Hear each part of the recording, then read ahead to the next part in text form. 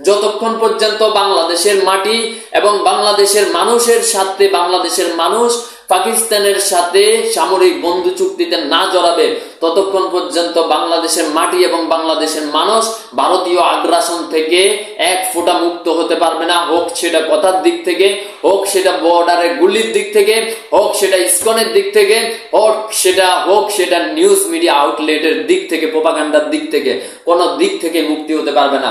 আপনি যদি বাংলাদেশের হিউম্যান সিকিউরিটি নিশ্চিত করতে চান, তাহলে আপনাকে প্রথমে ভারতের এগেনস্টে আপনার পলিসি নিশ্চিত করতে হবে।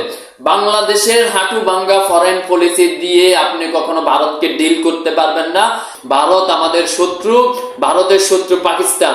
সুতরাং পাকিস্তানকে আমাদের বন্ধু হিসেবে গ্রহণ করতে হবে, নাইলে আমার ফরেন পলিসি চলবে না, অসম্ভব। নাইলে আমরা ভারতের আগ্রাসন থেকে মুক্ত হতে পারবো না। পাকিস্তানের সাথে ডাইরেক্ট ফ্লাইট, ইরানের সাথে ডাইরেক্ট ফ্লাইট, আফগানিস্তানের সাথে, ইভেন দা আফগানিস্তানের সাথে আপনাকে ডাইরেক্ট ফ্লাইট করতে হবে। না করলে আপনার ফরেন পলিসি যদি আফগানিস্তানের সাথে ডাইরেক্ট না থাকে, যদি ইরানের সাথে ডাইরেক্ট না থাকে, যদি পাকিস্তান অন্তত পক্ষে পাকিস্তানের সাথে ডাইরেক্ট না থাকে, ফরেন পলিসি ইনক্লুডিং না থাকে, তাইলে হচ্ছে ভারতের আগ্রাসন থেকে বাংলাদেশের মাটি এবং বাংলাদেশের মানুষ কখনো মুক্ত হতে পারবে না।